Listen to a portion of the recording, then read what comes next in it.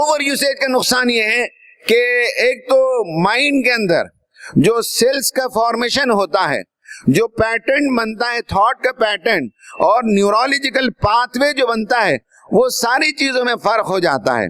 और मुस्तकिल उसमें बैठे रहने के नतीजे में बाज ऐसे गेम्स हैं जिसका एडिक्शन होता है। अब दुनिया में साइकोलॉजी, साइकियाट्री में बता दिया गया कि गेम्स जो है उसका एडिक्शन एक डिसऑर्डर है और उस डिसऑर्डर के लिए क्लिनिक्स खुल रहे हैं, इसलिए कि वो बीमारी है जो बच्चे गेम्स के अंदर मुलव्विस होते हैं और सुबह शाम उसमें रहते हैं। तालीम के लिए सही है और खेलने के लिए, एंटरटेनमेंट के लिए 45 मिनट से ज्यादा नहीं है। अगर माँ बाप बचपन से इन सब चीजों को इंश्योर करें, एनफोर्स करें, तो हमारे बच्चे जो प्रॉब्लम में शिकार नहीं होंगे।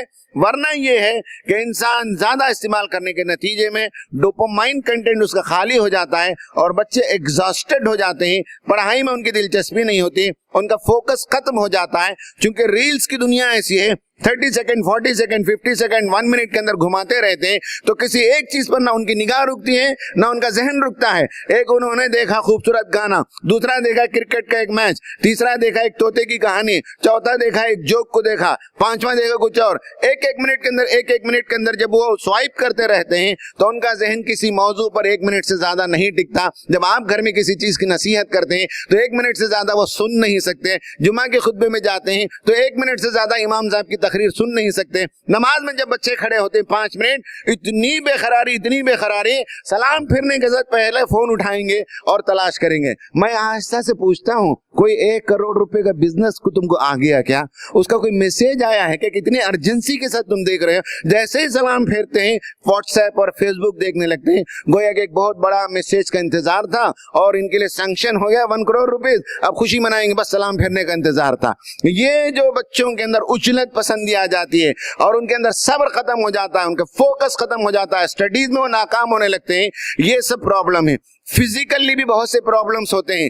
अनइंटेंडेड बाउल सिंड्रोम कहते हैं, यानी पैखाने करने पर बच्चों को कंट्रोल नहीं होता, ये बीमारियां भी रिपोर्ट की गई। पेशाब की भी खराबियां, वो बीमारियां भी रिपोर्ट की गई। जो बड़ी उम्र में लोगों को पेशाब के प्रॉब्लम होते हैं, यूरिनल प्रॉब्लम, वो बच्चों में होने लगते हैं। बहुत से फिजिकल और सोशल और बच्चों के जो ग्रोथ के जो इंटेलेक्चुअल इश्यूज हैं, ये सारे इश्यूज पैदा होने लगते हैं ओवर यूसेज से। और रॉन्ग यूसेज, जिस पर अभी हमारे दोस्तों ने भी गुफ्तगू की, वो इंतहाई बुरा है।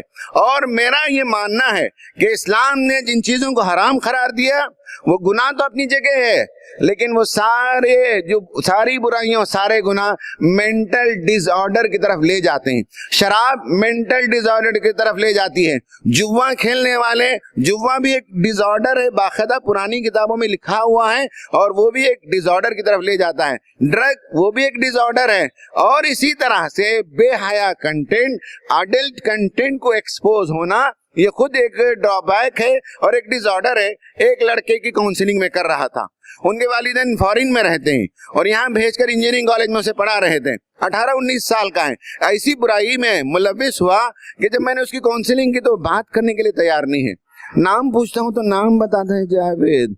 क्या क्लास पढ़ते तो कह रहा मैं 3rd ईयर पढ़ रहा हूँ। क्यों भैया? इस कॉलेज को नहीं जाने को मन नहीं करता, न क्लास जा रहा है, न एग्जाम लिख रहा है, न प्रोजेक्ट वर्क कर रहा है। तो मालूम हुआ कि एडल्ट कंटेंट। मैंने पूछा are you expose to adult content? उसने कहा हाउ टू आंसर मैसेज में। मैंने कहा it is simple, say yes और नो। उसने कहा अनफॉर्चुनेटली यस।